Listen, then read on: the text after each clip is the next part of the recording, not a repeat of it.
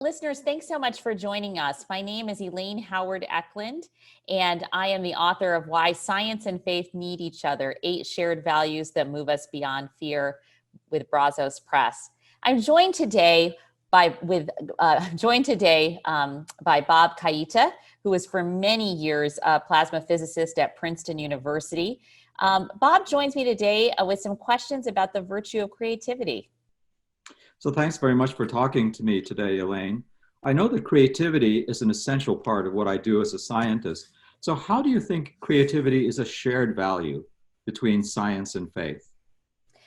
I agree with you when you said that creativity is an essential part of what you do as a scientist, and your sense of that, of what creativity is, really fits well with the nearly 2,000 scientists that I've done interviews with. so every scientist, I think, especially those like yourself who've worked in research university settings and do a lot of research, see creativity as just so vital and so important, and want to even get themselves in a place where they can be more creative.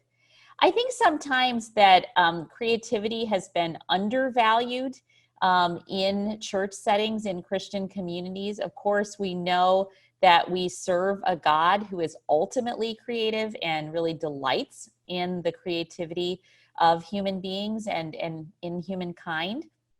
And so I think one thing we can do actually to encourage more children to get interested in science and to see science as a possibility for a career or just to develop a love of science is through nurturing that sense of creativity in our church communities. Yeah, that's wonderful. Based on those thoughts that you've shared, how can we foster a mutual recognition of the creativity between the scientific communities and the religious community?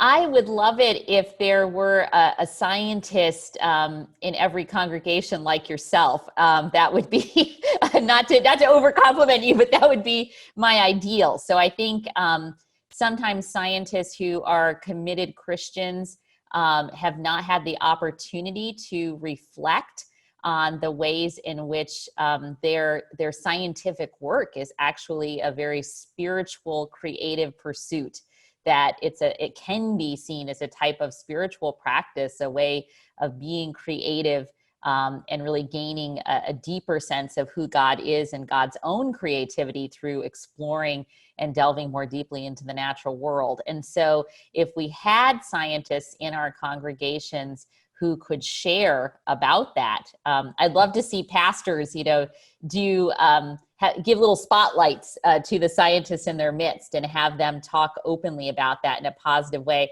Sadly, I think sometimes we go quickly to the conflict where we want to try to, defend the faith against science, and really science and doing science is, in the contrary, a way to experience the faith, I think even more deeply for some. And you're such a wonderful example of that. Thank you so much for being with me today. Really appreciate you and the work you're doing. Thanks so much.